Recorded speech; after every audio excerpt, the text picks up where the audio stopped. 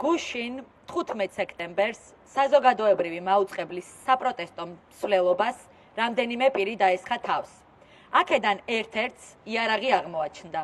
საბედნიეროდ ჩვენმა თანამებრძოლმა ლევან ჯობავამ მოახერხა პირის განიარაღება.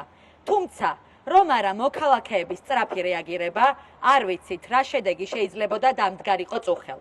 უნდა ითქვას, რომ ეს ჯგუფური თავდასხმა არ ყოფილა შემთხვევითი და მას მიზანმიმართული პროვოკაციის სახე ჰქონდა. მეტიც, მას ჩვენ საწინააღმდეგოდ აგორებული სამთავრობო ძალადობრივი პროპაგანდის ლოგიკურ გაგრძელებად მივიჩნევთ. რაზეც კიდევ ერთხელ მიგვანიშნებს პოლიციის უმოქმედობა. მოძალადეების დაურჩელობის სინდრომი თუ თავად სამთავრობო მედიებისა და მათთან ასოცირებული არხების მიერ წარმოებული პროპაგანდა.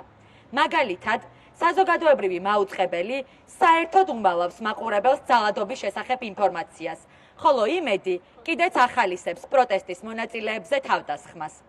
აქვეყნებენ ჩვენი თანამებრძოლების საცხოვრებელ მისამართებს. თავიანთ სახლებში ყოველდღიურად ატერორებენ.